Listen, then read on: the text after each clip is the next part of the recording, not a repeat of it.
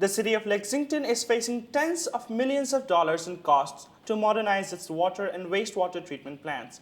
For decades, it's owned a reservoir that's on the edge of Rockbridge County, but the city has no meaningful access to its water.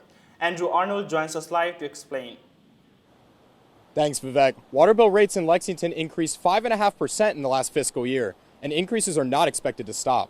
That's because the cost of modernizing the city's existing water and wastewater treatment plants are expected to jump millions of dollars. Lexington's sole source for drinking water is the Maury River.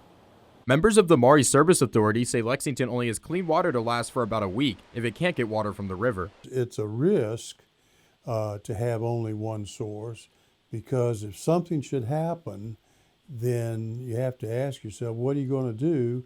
But technically, Lexington does have an alternative. The Moores Creek Reservoir is listed as an emergency water source, but the pipes are so decrepit that there's no way to get the water to Lexington and its residents over 14 miles away.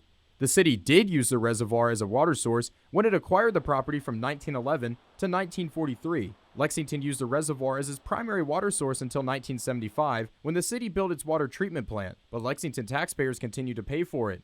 $35,000 annually to maintain the dam that created the reservoir. In some years, the city has to pay an additional $100,000 or more to keep the dam safe and prevent it from flooding nearby farms and homes. It doesn't cost us that much, but that's $100,000 that we can't use on improving sidewalks, paying our teachers, things of that nature. In 2009, the city tried to get out of its agreement with the county to maintain the property. The city and the county have shared a water supply for decades through a joint services agreement. A circuit court judge decided Lexington must honor its agreement to maintain the reservoir. There's no real incentive for the county to change its position.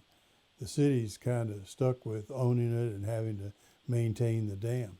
This leaves Lexington limited options with Moores Creek. Alligood said it would cost several $million to convert it into a viable secondary water source, but the city cannot afford that right now. Friedman has another idea. It's a gorgeous spot, beautiful views, and a lovely body of water. So from that standpoint, if we could do something tourism-wise, that would be ideal. Certified the safety of the dam at Moores Creek in early February after the city raised the crest of the dam at a cost of $65,000. For the Rockbridge Report, I'm Andrew Arnold. Back to you in the studio.